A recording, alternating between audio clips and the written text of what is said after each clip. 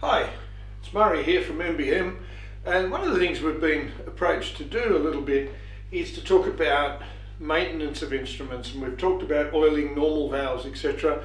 But here we have a rotary valve, and we're going to look at pulling that rotary valve apart so that you may oil it or service it yourself. Remember, there's lots of little screws here and little bits and pieces that you can lose easily. Please don't. Please look after them. So this is we're going to pull this valve apart here. And the first thing that I'm going to do is take that cap off. Those caps shouldn't be tight.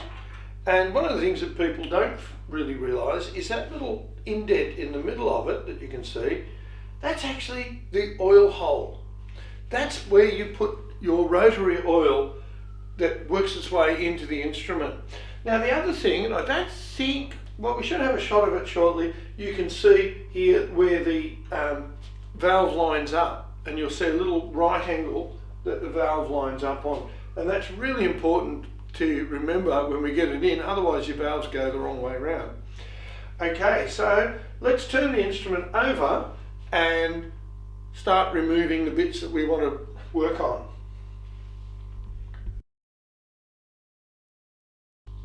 So the tools that we need to do this are a couple of screwdrivers and a hammer, believe it or not. Just a small hammer, quite often a rubber hammer is good just to tap the valve out. Now we start by removing these guides here. I'll remove those. On this particular instrument, there are Phillips heads, some aren't. Right, we just pull them, loosen them, just be really careful because they're tiny little screws and you'll lose them. We also will take the linkage off simply because it makes life easy when you're trying to put things back together. So that one we'll just pull right out there. Again, tiny screw, be really careful you don't lose it.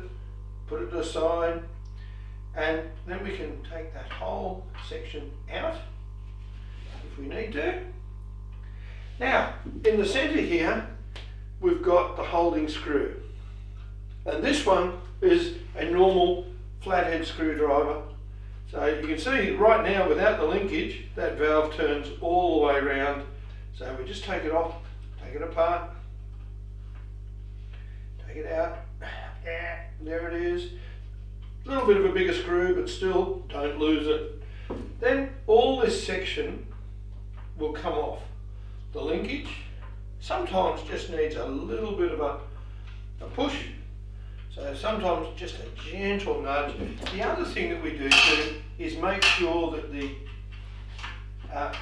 when we take the back cap off, you'll get a cover cap as well. And that will come out. That's the cover cap you can see right there. We're still in shot there. Okay, so that needs to come out. I always use the cap, I always put the screws in there so I know exactly where they are and I can lose them all together. So we just take all those bits off. Right, it comes off. That little bit will come off.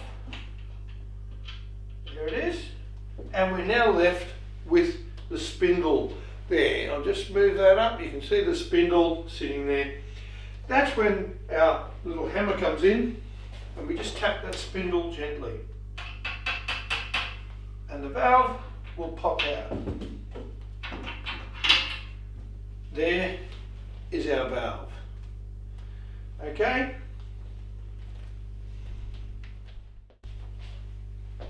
Okay, so having cleaned our valve and oiled our valves, we need to put them back together. And the first thing we do is put the valve in from the back and push it through. Always do this in a dust-free environment because we need to make sure that we're getting it in the right position and that there's no dirt going in. Now Jared's got his hand in the way there. Just move so I can see what we're doing because we're missing. There it is, now we're back in shot. You can see that on the base plate has come in and we've got the valve in position and it's lining up with those edges that we had before. So just put the base cap on loosely, that just stops the valve pushing back out. Now we'll turn the instrument back over and we'll find the valve again in the camera. There it is, you can see it right there in front of you. And you can see that the spindle is back through in the position. Just move your hand for a sec. You can see the spindle is back through in the position where it should be. And he's now put the stopper plate on, which is great. And he's doing this because the screws are tiny and my fat fingers tend to lose them.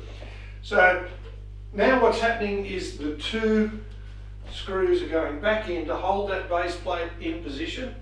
Our valve is oiled, our valve is lubricated, ready to go, and our situation, we should be able to just pick this up and go with our instrument. There we are. Remember, they're Phillips head screws, by the way. On this instrument, they may be different on yours. In fact, Yamaha's are a piece of string. Now we put that center section in, the actual, on the rotor arm, goes in, so we put the linkage back and we put that in, making sure that it's the right way up and it sits down in between those two links so that it can't travel too far. And once we've done that, we put the big center screw back in and that holds it all together. So as soon as Jared's done with that, I'll get him to move his fingers. He's put the linkage back together. Now all we've got to do is put that center screw back in.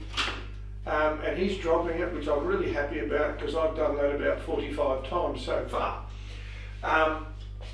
And just be careful also when you're putting these screws in, the threads are very, very fine, so we don't want to actually strip the thread or cross thread it because it's a nasty job to rebuild these instruments.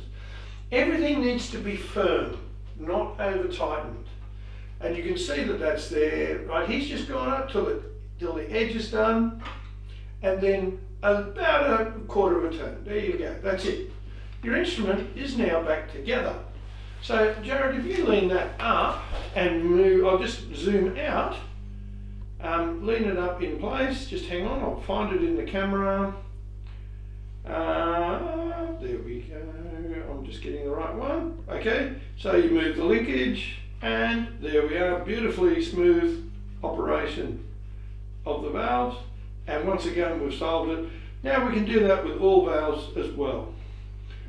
See you around in the pit, guys.